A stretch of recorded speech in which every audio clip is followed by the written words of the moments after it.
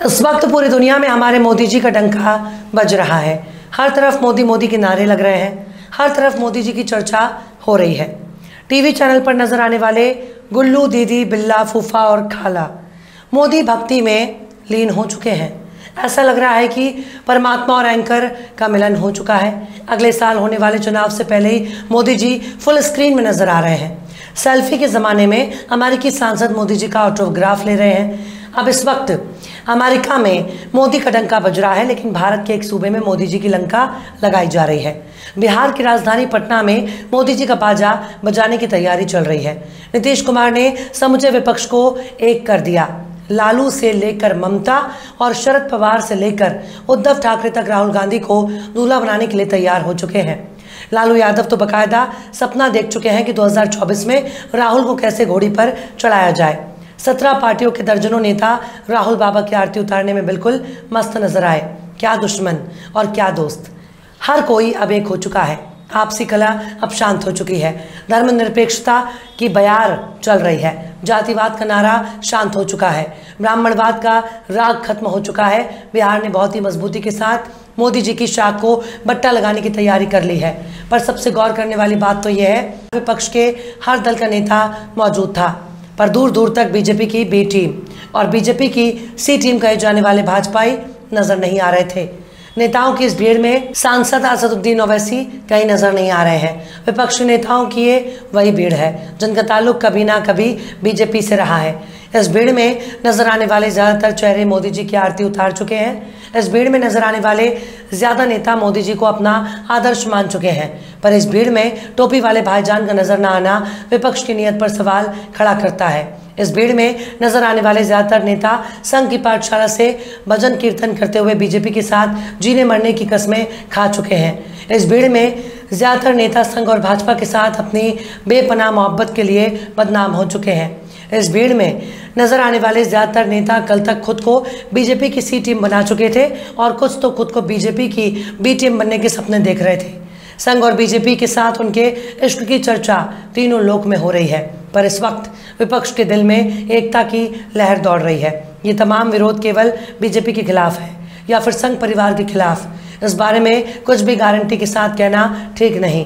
ओवैसी का नजर न आना इस बात का इशारा कर रहा है कि सारा विरोध केवल बीजेपी और मोदी के लिए है, लेकिन संघ के लिए इसके दिल में बेपनाह मोहब्बत झलक रही है।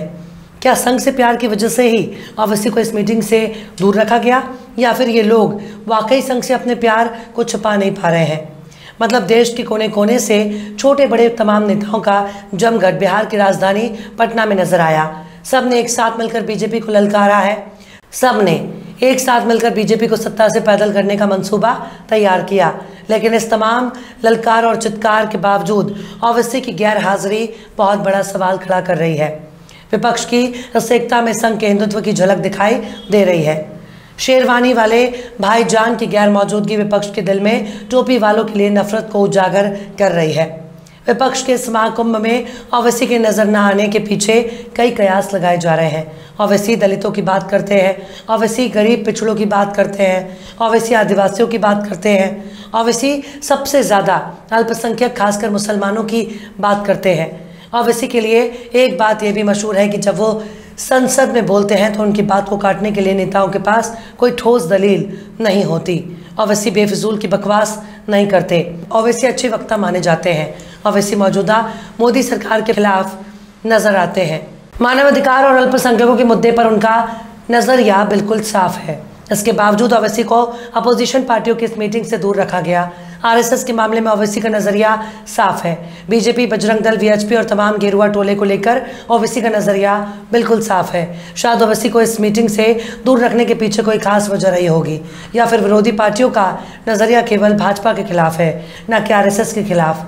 आखिर ये विपक्ष है या गेरुआ टोला? संघ के लिए इनके मन में कितना प्यार भरा हुआ है? ओवैसी के खिलाफ गजब का बुखार, पर आरएसएस से प्यार। सलाम, नमस्ते, सत श्री अकाल। मैं हूँ आपके साथ हर्षिता मिश्रा और आप देख रहे हैं टाइम्स मेल। बिहार की राजधानी पटना में शुक्रवार 23 जून को विपक्षी दलों की महाबैठक हुई। इस मीटिंग में 30 से ज़्यादा विपक्षी नेताओं का जमावड़ा देखने को मिला। आगामी लोकसभा चुनाव 2024 में बीजेपी के खिलाफ एकजुट होकर रणनीति तैयार करने के लिए बकायदा मंथन किया गया। विपक्षी दलों का ये महामंथन तकरीबन 4 घंटे तक चला। इस मीटिंग के बाद ज्वाइंट प्रेस कॉन्फ्रेंस में नीतीश कुमार ने कहा कि विपक्ष की बैठक में देश की सभी प्रमुख विपक्षी पार्टियों के नेताओं ने भाग लिया। ये एक अच्छी मीटिंग थी जिसमें मिलकर चुनाव लड़ने का फैसला किया गया।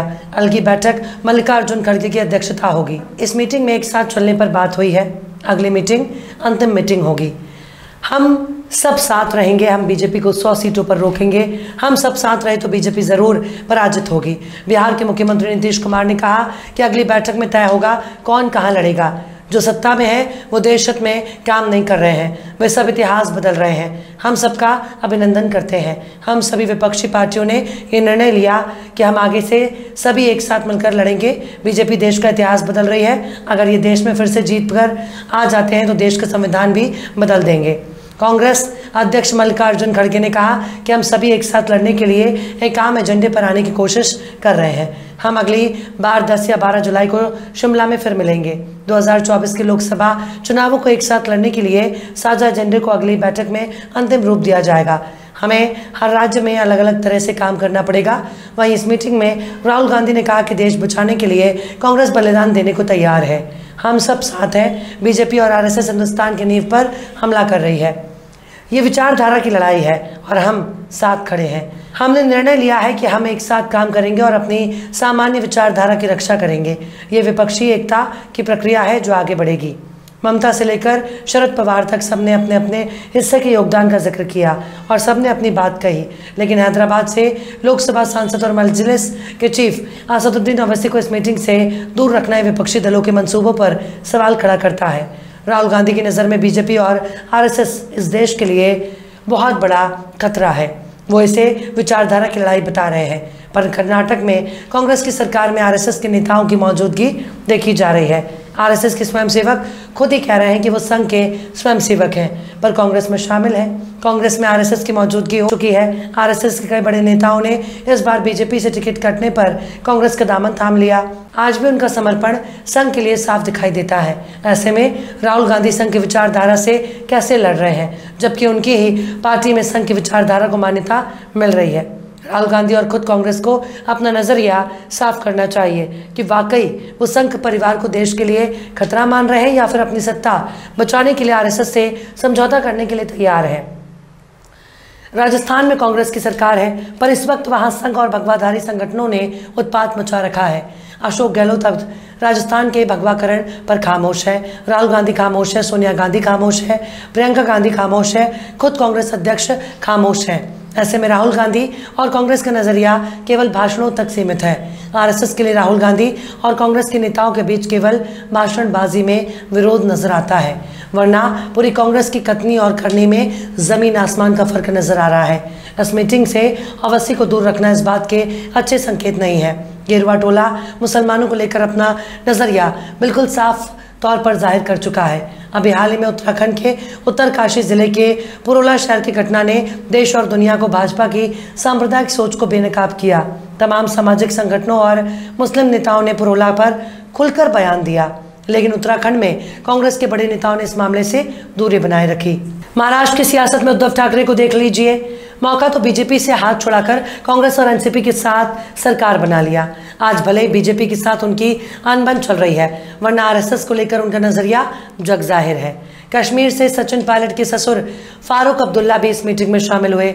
यहाँ तक कि महबूबा मुफ्ती भी इस मीटिंग में मौजूद रही, पर इस मीटिंग में ओवैसी नहीं आए, जबकि महबूबा मुफ्ती का इतिहास कोई ज़्यादा पुराना नहीं है। उन्होंने बीजेपी के साथ मिलकर जम्मू कश्मीर में सरकार बनाई। बाद में जब उनकी सरकार गिर गई तो आज महबूबा मुफ्ती बीजेपी और मोदी के खिलाफ नजर आ रही है। पर इन लोगों का बीजेपी के साथ मिलकर सत्ता चलाने का इतिहास रहा है, चाहे उद्धव ठाकरे हो या फिर महबूबा मुफ्ती। इन लोगों ने खुद को बीजेपी की बी टीम साबित किया। खुद मुख्यमंत्री नीतीश कुमार के ट्रैक रिकॉर्ड को उठाकर देख लीजिए। उनका बीजेपी के साथ काफ़ी लंबा याराना रहा है। बीजेपी के साथ मिलकर उन्होंने बिहार में सरकार चलाई है, पर आज बीजेपी के खिलाफ नजर आ रहे हैं। ओवैसी को क्यों दूर रखा गया, इसका जवाब किसी के पास नहीं है, पर ओवैसी का ट्रैक रिकॉर्ड बिल्कुल साफ है। राहुल गांधी को अपनी कथनी और करनी में फर्क करना होगा। राहुल गांधी को बताना होगा कांग्रेस की सरकार में गेरुआ टोले को इतनी खुली छूट क्यों दी गई है। जिस पार्टी को सेकुलर पार्टी माना जाता है, आखिर उस पार्टी ने कैसे अपनी विचारधारा से समझौता कर लिया। कांग्रेस इस वक्त हिंदुत्व के मुद्दे पर खुद को बीजेपी से ज़्यादा कट्टर दिखाने की कोशिश में जुटी है, पर यही नज़रिया विपक्ष के मंसूबे को बेनकाब कर रहा है। फिलहाल इस वीडियो में बस इतना ही।